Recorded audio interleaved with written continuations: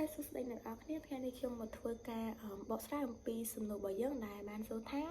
ឆ្អឹងមាននីតិអ្វីខ្លះឬមួយក៏ឆ្អឹងមានមុខងារអ្វីខ្លះអញ្ចឹងឆ្អឹងគឺវាមានមុខងារឬមួយក៏នីតិហ្នឹងគឺ5ដែល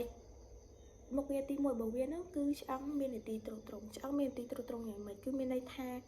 កន្លែងហ្នឹងគឺមានថាឲ្យវាលេចនៅរូបរាងអញ្ចឹងសារពាង្គកាយរបស់យើងខ្លួនរបស់យើងបើសិនជាអត់មានឆ្អឹងទេគឺវាអាចលេចជារូបរាងមនុស្សមានដៃមានជើងចឹងទេអាហ្នឹងហើយគឺ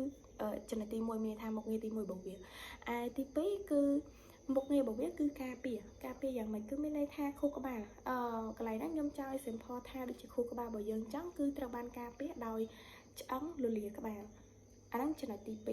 ឯមុខងារទី3របស់វាហ្នឹងគឺចូលរួមក្នុងការ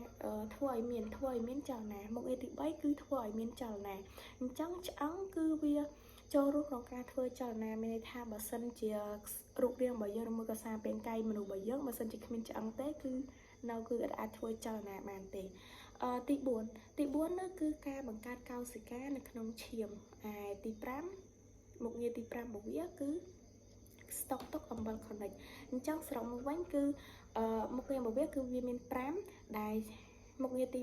1អីគេមុខងារទី1គឺទ្រទ្រង់ទី2មុខងារទី2របស់វានោះ